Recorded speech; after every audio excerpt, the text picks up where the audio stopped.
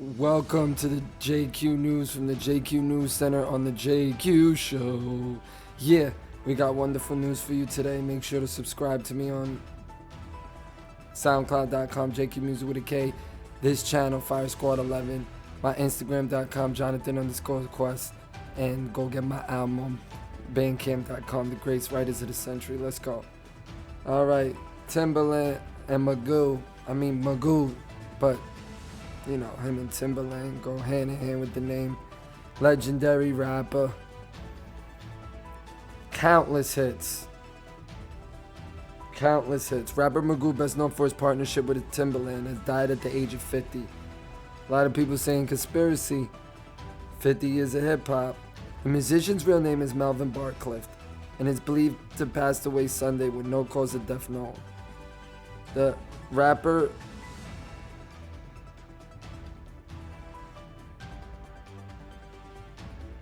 welcome to our world. Man, can't believe this. MAGOO, damn big bro, wasn't ready for all this. Everyone sending condolences. There's pictures of him with Aaliyah. Who's in the background? Up jumps the boogie. He penned. I don't even know how to say anything at this point. I've lost 3 friends. Welcome to our world. This was his album. Classic.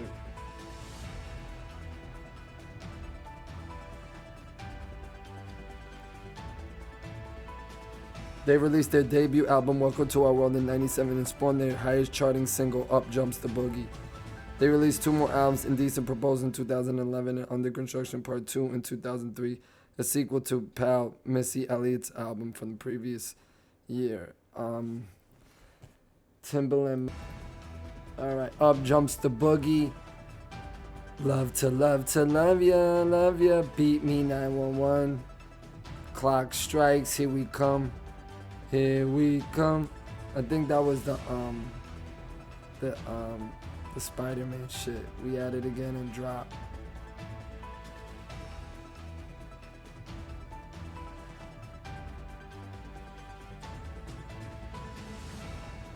Indian Flute was another big one. Love to love ya. Classics. So rest in peace to MAGOO. This was their cover.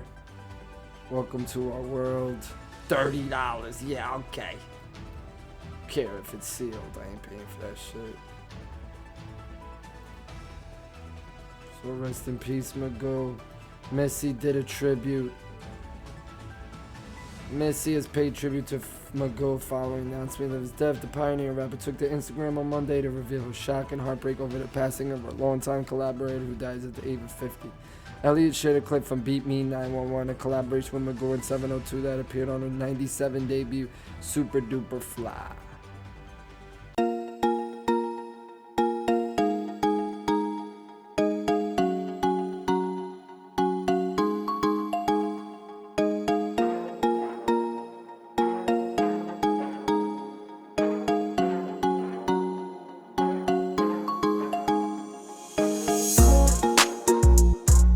Jeez. Yo, shout out MAGOO. That flow and that voice was crazy unique, boy. Alright, another one. Junior Mafia's Chico Del Vac passes away. Rest in peace. One of Biggie's best friends has passed away. His cause of death is unknown. Damn, man. Rest in peace, bro. Oh. KEKE Palmar's boyfriend's gonna be pissed. Not only was she all up on Usher, you know what I'm saying? She in his new video. See how girls be doing us, bro? See how women be doing us, bro? This is crazy, dude. This is wrong, bro.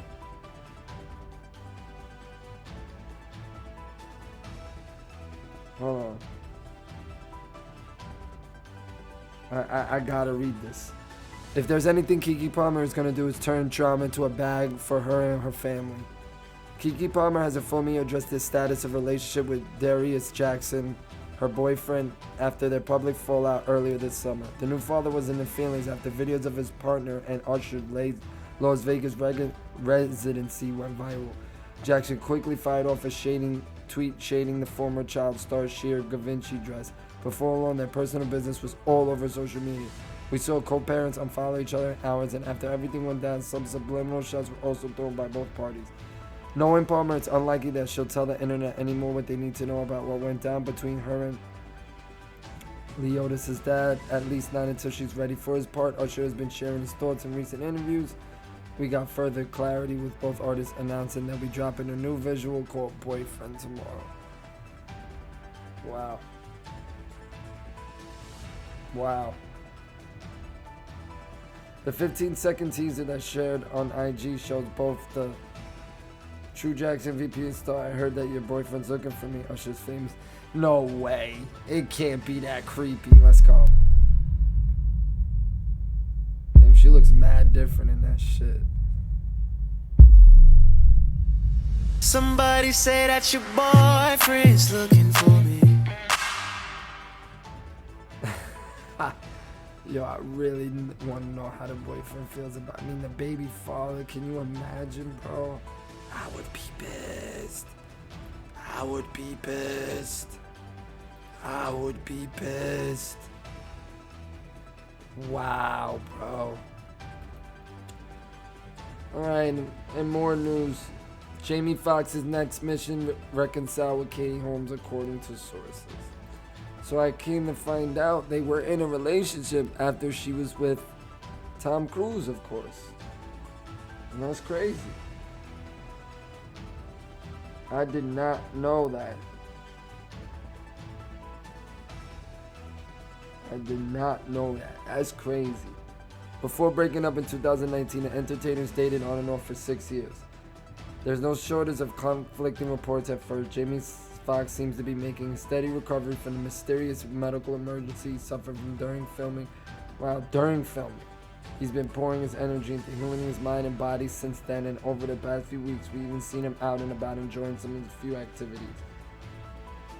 Fox's ex, Katie Holmes, has reportedly caught his eye again. The first got together in 2013 after she ended her marriage to Mission Impossible star Tom Cruise. For the next 6 years, the pair was on and off again until 2019. They ultimately called it quits. In the past, Holmes has said that the gold digger hitmaker's partying lifestyles would end their union. It's been many years of him stepping out with other women. He's disrespectful and their lives were different. His partying ways don't fit with hers, and she's focused on raising her daughter and working. It seems that Fox's health scare has him reevaluating the relationships in his life, among other things. Jamie has dated scores of beautiful women in his life, but none have come close to matching what he had with Katie. One insider dish, their chemistry was off the charts. It was a romance born of passion, but became so much more in hindsight. Jamie can't believe he let her slip through her fingers. So we'll stay on top of that as far as relationship gossips. So we got more news from Pusha T, but he won't address Jim Jones. He refuses to release the disc, and Jim was just on Drink Champs talking highly of him. He said something about, I was going to report it, but it's not that serious. He was just praising him, saying he's a great rapper. I just went at him, and I basically saying he respects him. Who knows, maybe they were in cahoots with this shit. But Pusha T says his hometown in Virginia has a big influence over his new music. Pusha T explains how the DMV has influenced his next album. He discussed coming up in the Southwest Virginia during a recent interview with Billboard, not addressing a peep about Jim Jones, explaining that he wants to show the world all the aspects of DMV. I personally feel like my music has always been a representative of the region that I'm from, meaning that the whole Virginia area and the DMV as a whole, he said, when I asked about his next album. The term DMV is very territorial to people. I'm from Virginia, 757 area code, which is Southeast Virginia State. You know, when they say DMV, you represent of Northern Virginia and DC proper. Me bring on the outskirts and having the success we've had, it's always been like a second home to us. We've always loved and supported the area in any way that we could. I love to come back and give that energy back. I think we'll really show the world all the aspects of the DMV. Currently, Pusha T has been traveling on tour in Europe. This is the second part of my Europe tour this year. He explained Had to break it up because I started working on music. It's been great to be in Paris and be in London and watch the fans go crazy. The fans are super excited for me. It's always good because I get to see the range of my fan base. It's like, man, I'm seeing from 15 to 50. That's a blessing. It's always been amazing to me just be overseas, across the waters, to be able to touch the people that really support me and have shown me support all of these years. Pusha T will perform at Pepsi's Dig in Day in Washington, D.C. later this week. In addition to solo material, Pusha T has also been in the studio with No Malice working on a new music as part of Clips. He's recently confirmed that he hopes the two are able to finish a full project together soon. They debuted an unreleased song together earlier this year that mentioned Pusha T, that mentioned Jim Jones. Jim Jones responded, killed him on his own beat, and we have yet to hear a response. So Pusha T is still out there talking, but not addressing Jim Jones. And last but not least, the baby with more cancel culture. You and Lizzo need to get together. No disrespect, bro. Like dead ass, no disrespect, man. Alright. Y'all remember when he beat up that old guy in the video shoot on that mansion? I think it was like 2 years ago. Well, the 65-year-old man suing the baby for allegedly assaulting him at an unauthorized music video shoot was demanded the trial not be postponed any longer, despite the rapper demanding it be pushed until his criminal case over the same incidents resolved, has learned. According to court documents obtained by RadarOnline.com, Gary Padger, who filed his lawsuit against the baby in 2021, I told you 2 years ago, said he's waited long enough for justice. In his civil lawsuit, Pager claims he rented his LA home to the baby and associates. He claimed the agreement had strict rules about not having more than 12 people on the property.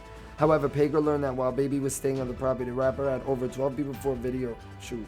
Pager drove over to the home after being notified. The homeowner said he found over 40 people at the home. He confronted the baby and demanded people leave the home. He said he was spit on, and then the baby chased him inside his home.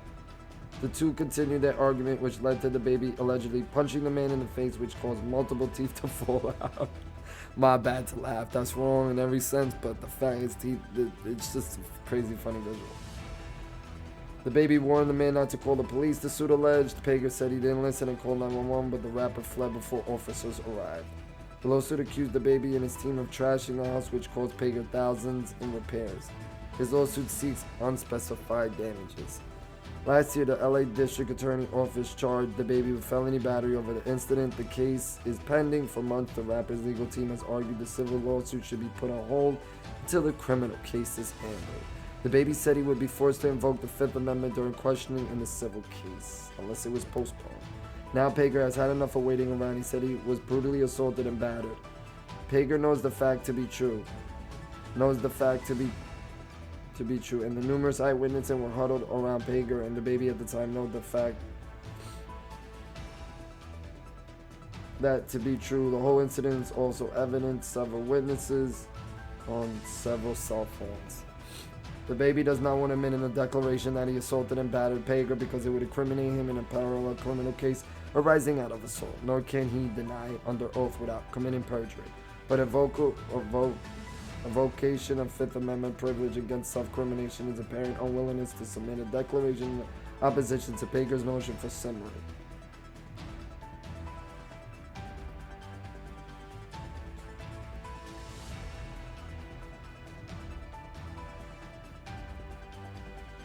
The judge has yet to rule. Wow. And one more. Let me see how much time I got. How long? 14 minutes.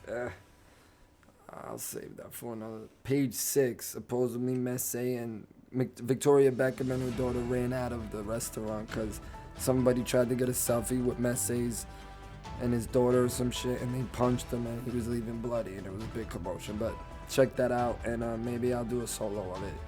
Appreciate it. That's the finale of JQ News for today. Appreciate y'all. Got a blue ass thing in the background. Ruined the whole video, but that's alright.